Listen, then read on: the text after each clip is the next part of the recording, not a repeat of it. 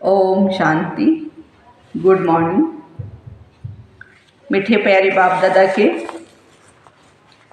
1 सितंबर 2023 के अनमोल महावाक्य सुनते हैं।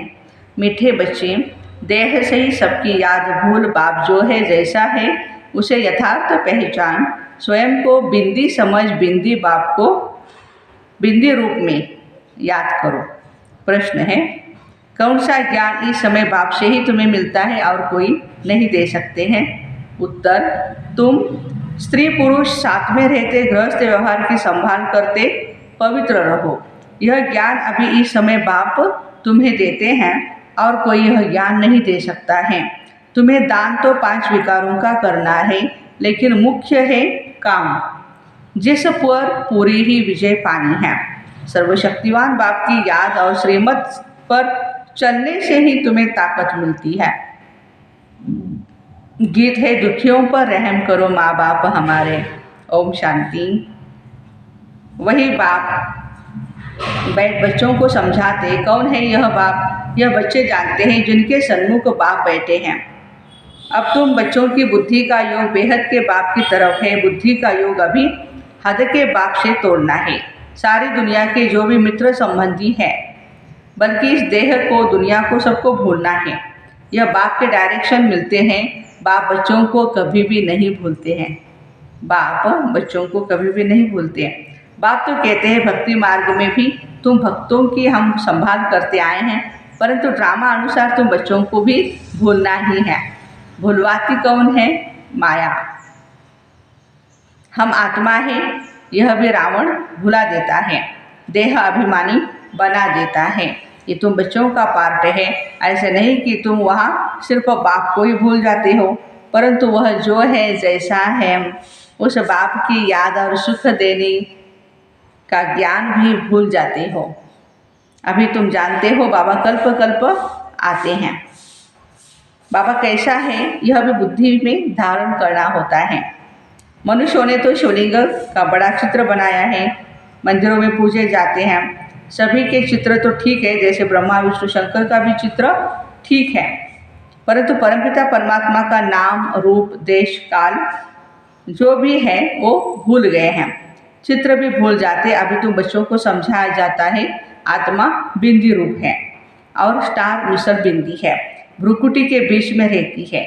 बच्चे जानते हैं हम आत्मा हैं। शरीर की भ्रुकुटी के बीच मुझ आत्मा का स्थान है। यह तो सब मानेंगे, बहुत सूक्ष्म बिंदी जैसी है। ये भी जानते हो परमपिता परमात्मा भी ऐसे ही बिंदी रूप है। खुद आकर के समझाते हैं मैं भी बिंदी हूँ, परंतु मनुष्यों ने बड़ा रूप ज्योतिर्लिंगम बना दिया है।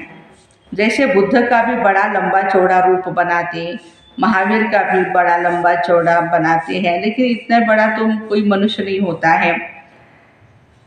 तो बाबा कहते पांडवों के शरीर भी भक्ति मार्ग में बहुत लंबे लंबे बनाते हैं। भक्ति मार्ग में लंबे चित्र होते हैं, ज्ञान मार्ग में बहुत छोटी चीज़ होती है। परमात्मा कहते हैं मैं बिंदी हूँ। कहाँ कहाँ बहुत बड़ा लिंग भी रखते हैं, नहीं तो बिंदी की पूजा कैसे हो?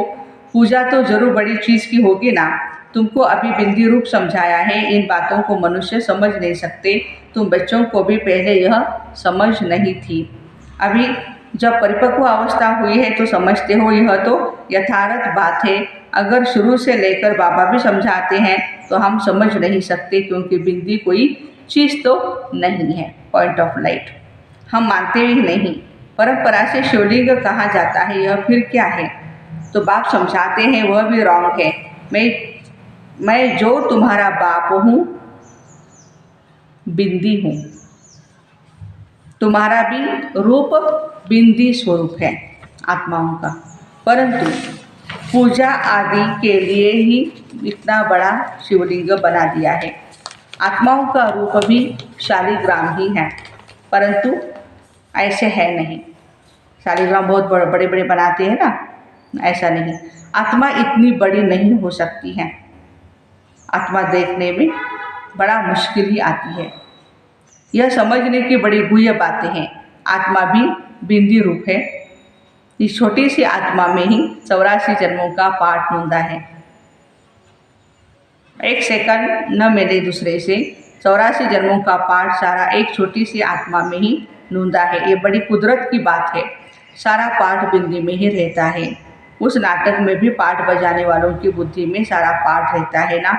वह है छोटा पाठ, यह 84 जन्मों का पाठ है। अच्छी रीति समझना है और फिर समझाने की भी बड़ी युक्ति चाहिए। कितनी छोटी बिंदी है, कितनी छोटी है, कितनी शक्तिवान है। उनको परमपिता परमात्मा कहा जाता है। तुम आत्माएं उनसे योग लगाने से मास्टर सर्वशक्तिवान बनती हो। माया पर जीत पाकर अटल अखंड सुख शांति संपन्न राज्य करते हो। कितनी समझने की बातें हैं। माया पर जीत पाने से ही फिर अटल अखंड हम राज्य करेंगे। यह है पढ़ाई, है भी बहुत ही सिंपल सहज। ये बाप भाई समझाते, कोई मनुष्य नहीं समझा सकते हैं। बरोबर इतनी छोटी चीज़, परंतु नाम कितना बड़ा रखा है, ज्ञान का सागर। तुम कहते हो मनुष्य सृष्टि का बीज रूप है, चैतन्य है, सत्य है, अविनाशी है। कहते आते हैं परंतु किसकी बुद्धि में नहीं आता यह क्या वस्तु है। गुण तो बहुत अथाह गाते हैं। अभी तुम बच्चे बाप के सन्मुख बैठे हो, जान गए हो। आत्माएं तो सन्मुख ही है, सब आत्माएं ब्रदर्स ही है। कितनी छोटी छोटी बिंदी है, पॉइंट ऑफ लाइट है। विचार करो। मूल वतन का हम जो चित्र बनाते हैं उसमें बिंदु रूप ही दिखाते हैं। जैसे स्टार्स आकाश तत्व में ऊपर खड़े हैं, वैसे ही महतत्व में भी हम ऐसे स्टार मुआफिक अपने अपने सेक्शन में खड़े होंगे। झाड़ छोटे छोटे स्टार्स का बना हुआ है। वहाँ से फिर आत्मा आती है, शरीर धारण करती है पार्क बजाने के लिए। कैसे नंबरवार आत्माएं आती है, यह सारी बुद्धि चलनी चाहिए। हर एक धर्म का सेक्शन अलग अलग है। बाबा दृष्टांत दे समझाते हैं, बनियन ट्री का भी मिसाल समझाते हैं। हिंदी बहुत जगह चलती है। हिंदी लैंग्वेज तो हमारी राष्ट्रभाषा है, नेशनल लैंग्वेज है।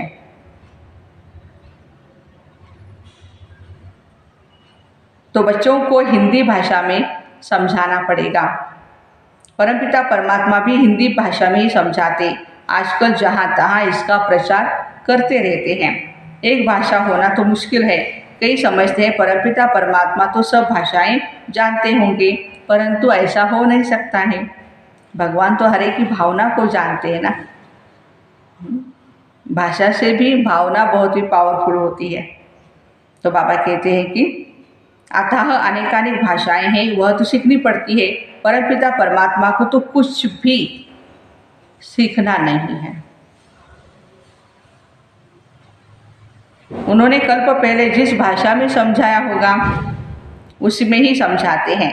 बाकी भाषाएं तो हर एक को पढ़नी होती है। बाप को पढ़नी होती है क्या? तुम देखते हो शुरू से ही हिंदी चलती है, सब हिंदी सीखते जाते हैं। भारत में हिंदी का प्रचार है। बाप भी हिंदी में समझाते हैं, फिर हर एक को अपनी भाषा में ट्रांसलेशन कर औरों को समझाना पड़े। बाप और बाप की रचना का परिचय सबको समझाना है। सभी का सद्गतिदाता वह एक ही है। यह सब जानेंगे। बरोबर बाप आया हुआ है। बाबा कहते हैं मैं भारत में ही आता हूँ। भारत हमारा बर्थ प्लेस है। शिव के मंदिर, देवी देवताओं के मंदिर भी यहाँ ही है।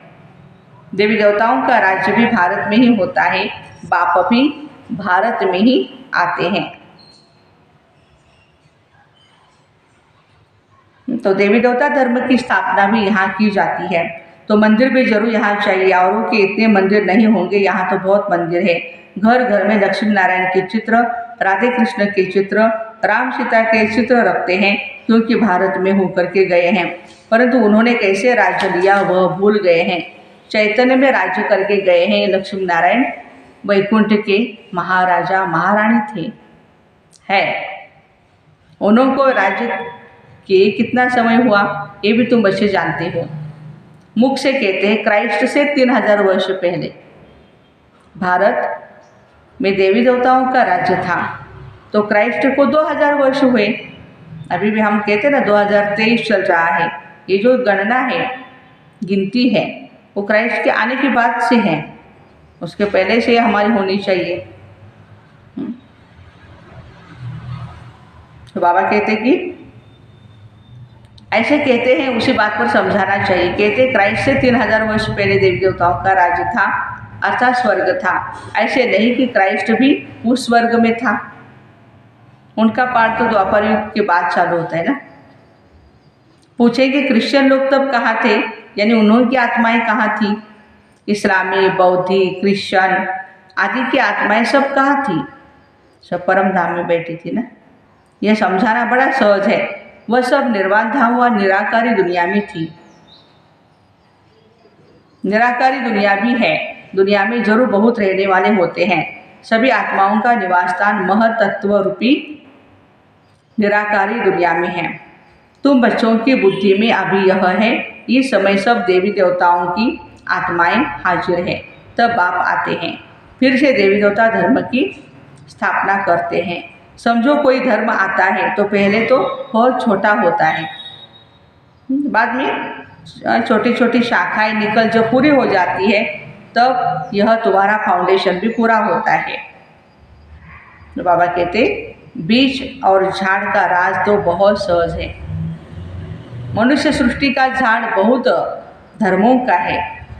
इस झाड़ में अनेक धर्म है, लेकिन आदि सनातन देवी देवता धर्म नहीं है। तो समझते हैं फलाना धर्म था तो फलाना धर्म नहीं था। अभी छोटे छोटे धर्म निकलते हैं, आगे तो नहीं थे ना इतने सारे। छोटी छोटी शाखाएं तो अभी निकली हैं। तुम बच्चे जानते हो और कोई नहीं जानते, आत्मा और परमात्मा का बिंदु रूप नहीं जानते। अभी बाबा ने तुम बच्चों को आकर के समझाया। तुम कहते हो बाबा हम आपके बच्चे हैं, कल्प पहले भी आपसे मिले थे, आपके बच्चे बने थे। बच्चे बनते हैं बाबा का वर्षा लेने के लिए। बाबा कहते हैं तुम हमारे हो, गोया एडॉप्ट किया, मुख वंशावली बने, तुम सब एडॉप्टेड हो। बाबा भी ब्रह्मा मुख से कहते हैं तुम आत्माएं हमारी हो। तुम आत्माएं भी कहती हो बाबा आपने जो ब्रह्मा के तन में आकर के अपना परिचय दिया है, हम आपके हैं। बाबा कहने से ही वर्षे की खुशबू आती है, और भगवान कहने से नहीं आएगी ना। वो तो हमारे पिता हैं, परम पिता। बच्चे ही कह सकते हैं, यह है प्रवृत्ति मार्ग। सन्यासियों के शिष्य बनते हैं, वह बाप बच्चे नहीं बनते हैं। गुरु और शिष्य का वह नाता होता है, और यहाँ बाबा के घर में बाप और बच्चे का नाता है। बाबा कहेंगे तभी तो वर्षे की खुशबू आएगी, वर्षा भी मिलेगा हम बच्चों को। वर्षा बाप से जायदाद का मिलता है, वह तो कहेंगे हमने गुरु किया है। गुरु से जायदाद का वर्षा नहीं मिलेगा। वह तो जायदाद को छोड़ जंगल में चले जाते हैं, वह जायदाद दे नहीं सकते हैं। वह है ही निवृत्ति मार्ग वाले। बाप तो जायदाद देते हैं, उनसे कुछ नहीं मिलता है। जंगल में जाएंगे तो सन्यासी कहलाएंगे। तुम भी सन्यासी कहलाते हो। वह है हठ योगी सन्यासी और तुम हो राजयोगी सन्यासी। रहते हैं हम यहीं पे घर गृहस्थ में, प्रवृत्ति मार्ग में, लेकिन ऋषि जैसे रहते हैं। तो बाबा कहते हैं राजयोग सन्यासी हो। सन्यासी अर्थात तो 5 विकारों का त्याग करने वाला। सो तो तुम त्याग करते हो और फिर पवित्र दुनिया में चले जाते हो। वह त्याग करते हैं परंतु पवित्र दुनिया में नहीं जाते हैं, पति दुनिया में ही फिर रहते हैं हठयोग सन्यासी। तो बाप समझाते आत्मा कितनी छोटी है, इतनी छोटी वस्तु में कितनी ताकत है, अविनाशी भी है। वह बाप इस शरीर द्वारा समझाते तुम्हारी आत्मा समझती है। बाबा कहते हैं मैं आता ही तब हूँ जब कलयुग का अंत है। तमोप्रधान पतित हो जाते हैं, मुझे याद भी तब करेंगे जब संगम होगा, तब ही हम ही आएंगे, तब ही विनाश के चिन्ह भी देखने में आएंगे। सो तो बरोबर देखते हो। अभी तुमको समझ मिलती है, वह फिर औरों को देनी है। अभी कलयुग का अंत जरूर है। यादव, कौरव, पांडव है, महाभारत लड़ाई भी है। बरोबर उस समय राजयोग भी सीखते थे। पांडवों ने विजय पाई, यादव कौरव विनाश हुए। स्वर्ग में तो एक ही आदि सनातन देवी देवता धर्म था। अनेक धर्म खलास हो जाते हैं। ये बाप बेट बच्चों को समझाते हैं। बच्चे जानते हैं बाबा की इस राजयोग की शिक्षा से हम बरोबर देवी देवता पद पाते हैं। तुम पुरुषार्थ करते हो, हम सो नारायण बनेंगे, बाप का वारिस जरूर बनेंगे, तख्त नसीन बनेंगे। फिर जितना जो पुरुषार्थ करेंगे उतना ऊंच पद पाएंगे। पुरुषार्थी छिपे नहीं रहते। कोई कितना भी कहे मैं गुप्त पुरुषार्थी हूँ, मेरा पुरुषार्थ किसी को भी समझ में नहीं आता है, तो बाबा कहते हैं कि ऐसे नहीं हो सकता है। छिपे नहीं रहते, वो बड़े ही मस्त होते हैं। पहले पहले प्रतिज्ञा करते हैं। बाबा के जन्म बाद है रक्षाबंधन। बाप को जानते हैं तो पहले ही प्रतिज्ञा करनी है। बाबा कहते बच्चे काम महाशत्रु है। दान तो 5 विकारों का ही करना है, परंतु पहले पहले मुख्य काम है इनसे ही बड़ा खबरदार रहना है। भल स्त्री भी साथ हो, गृहस्थ व्यवहार में रहते पवित्र रहना मेहनत का काम है। सर्वशक्तिवान बाप को याद करने और उनकी श्रीमत पर चलने से तुमको ताकत मिलती है। बाप का फरमान है, साथ में रहते इकट्ठे रहते पवित्र जरूर रहना है। आगे तो स्त्री पुरुष इकट्ठे रहने से आग लगती थी। बाबा कहते हैं इकट्ठे रहो परंतु आग न लगे। उसके लिए बाबा ने कहा कि सर्वशक्तिवान बाप को याद करें और हम उनकी श्रीमत को एक्यूरेट फॉलो करें तो बाबा से हमें शक्तियाँ मिलेगी और उस शक्ति से हम पवित्रता की शक्ति धारण करते करते विकारों पर विजय प्राप्त सहजता से कर सकते हैं। इसलिए आते ही ज्ञान मार्ग में बाबा ने ईश्वरीय जन्म होते ही हमें वरदान दिया, बच्चे ज्ञानी बनो, योगी बनो। अच्छा, मीठे मीठे शिकिले दे बच्चों प्रति माता पिता बाप दादा का याद प्यार और गुड मॉर्निंग। रूहानी बाप की रूहानी बच्चों को नमस्ते। हम रूहानी बच्चों की रूहानी माता पिता बाप दादा को याद प्यार, गुड मॉर्निंग और नमस्ते। वाह बाबा वाह, शुक्रिया बाबा शुक्रिया। धारणा के लिए मुख्य सार है। पहली पॉइंट, दिल से बाप को याद कर जायदाद की खुशी में रहना है। पूरा पावन जरूर बनना है। विचार करना है आत्मा कितनी छोटी है और उसमें कितना अविनाशी पार्ट नूंदा हुआ है।